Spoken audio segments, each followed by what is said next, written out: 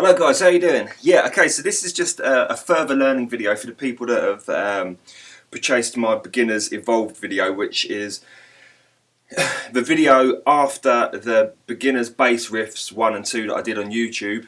Then we had a premium lesson which had loads and loads and loads of learning in it, and this is just a video after that, which is just kind of like cleaning up a couple of things and making sure you guys are okay, and just want to mention a couple of things about that video.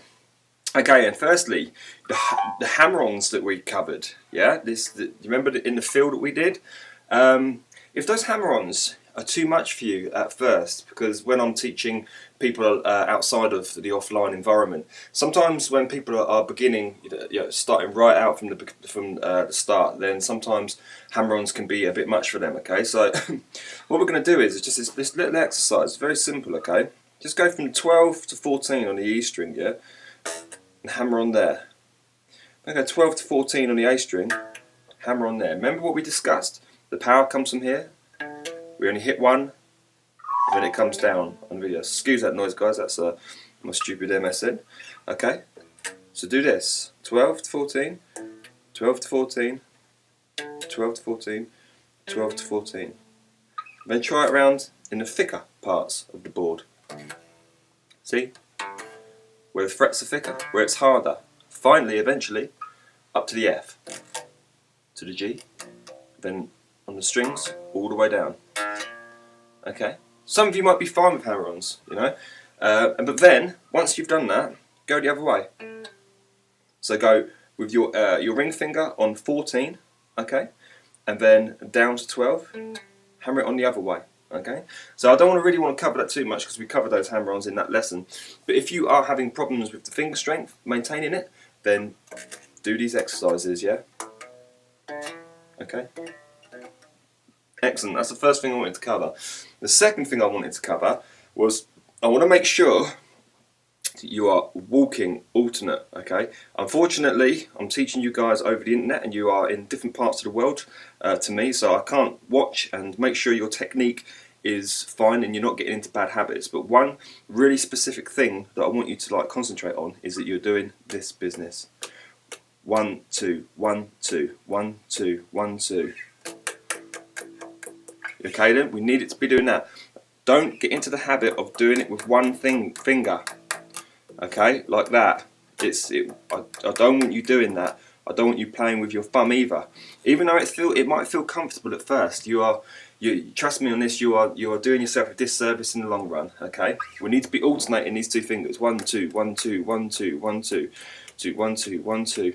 Okay, I can't emphasise enough that is a habit you need to be getting down and doing. Okay, push yourself, put yourself into the most uncomfortable places you can put yourself, because trust me, you'll grow and you'll benefit from it in the long run. Okay, so none of this business, one finger business. Okay, we don't want that. No thumb playing, you know, playing the riff with the thumb. I mean, you can. There's places in bass playing where you will be playing with your thumb, like the whole Victor Wooten double bit of thumb up, thumb down stuff and stuff like that. But in this riff here, I want you to be doing this. Okay, excellent. So we covered that, and don't forget, if you have any questions about any of this stuff, I am everywhere. You can get in contact with me through my forum. Hey, you guys that have bought these lessons have questions. You already know how to get in contact with me, okay, and you have done, so that's good. Right, okay. Thirdly, you know the string bends that we did, the trill, yeah, that thing there. Try and bend up and bend down. Okay, we did this. We went up and down, up and down, up and down. Okay, or just down. Okay, again, I don't want to cover too much here because we covered it obviously in that premium lesson. So try and bend up and try and bend down instead of going. I mean, in that riff we did, in the slower one where the beat is on my website, there'll be time for that one, but in the faster ones, you've got to be real quick. Okay, but try and introduce different ranges of string bends. Okay, up, try down. Brilliant. Okie dokie. Okay, fourthly, the really important thing, I covered it quite a bit in that lesson, it's about transposition of the riff taking it to different parts of the fretboard and playing it again. Okay. Don't forget, we only have 12 notes. Altogether, we have 12 notes here. We've got a massive, huge fretboard. Yeah, it looks like it's got all these notes on it, but they just repeat themselves over and over and over.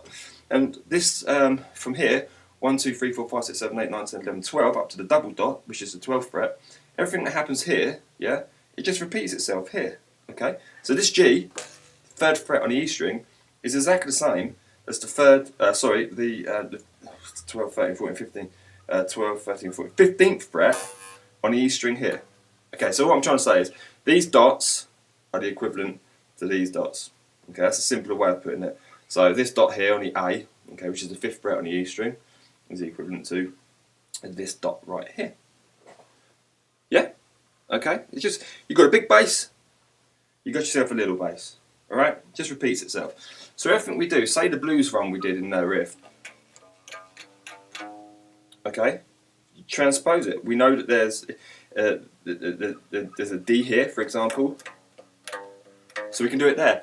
If you go to my blog, I did a blog day before yesterday about learning where the notes are on a fretboard, quick way of learning them and a more efficient way of learning them, and how important it is that you do learn them. Okay, especially if you're playing with other musicians, it's so important that you know that if I'm playing a G here, I can play a G here. You know, I can play the open, and you know that there's G's and there's letters of the musical alphabet in numerous places around the board, and it's important that you know where they are. Okay, so if you go to the blog and do that lesson, and I've got a thing up there which shows you exactly where all the notes are anyway. Sorry, not the lesson. You actually just read the blog and then just learn from that. Then, as I was saying before, you've got a D here, and you're doing a blues run here. You can do one here, or you can do one here, or you can do one here. All the same. It's the root is always in D there, you know. So all you need to do is basically go and learn where every note is on the board, and then take that beginner's riff that we did, and and transpose it. And the word transpose means if there's a C here, there's a C here. Okay, it's just moving the same riff around different parts of the fretboard. Okay, so get learning the stuff in the blog, learn where all the notes are, then take that riff, all the hammer-ons, all the slides, all the string bends, everything we did, and then move it around. And I know I mentioned this in the lesson, but again, same as the two-finger thing here, this technique, I can't emphasise how important it is. Okie dokie.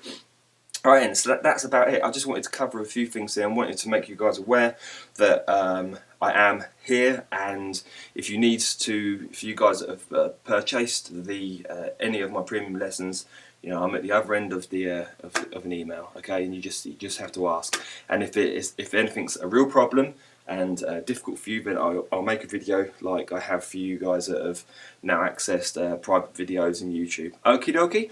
Right, you take care, and hopefully soon, if this credit crunch disappears, I'll be making new videos. Take care, guys. Bye bye.